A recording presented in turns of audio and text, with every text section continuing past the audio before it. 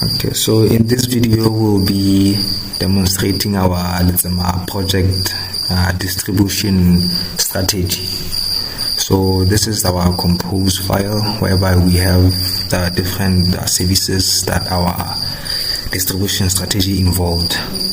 For example, we have Citus where we used it to distribute Postgres. So most of our work was containerized in Docker. If I could just run the command here. So most of our work was involved in Docker. So for example, I would run the command of docker compose build, which would initialize rebuild the images in our Docker file, and then before it rebuilds the images, before we start the containers, we initialize the containers. So as you can see in the terminal now, the containers are being initialized after running the command.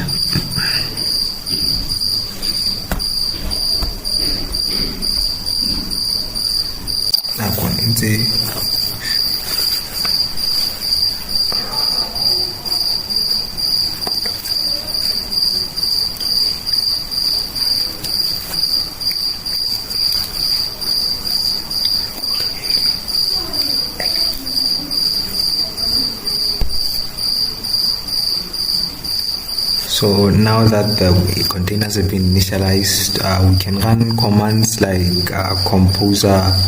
docker compose build, which would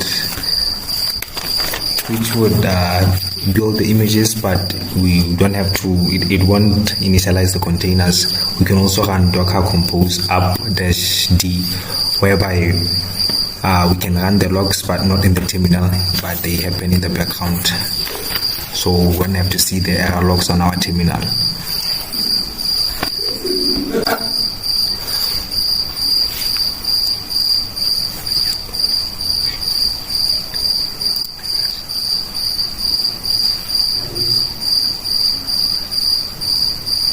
We can also run docker-ps in order to check the currently active containers in our Docker. So over here in the terminal we have the currently active containers. So basically our distribution is defined using two nodes, and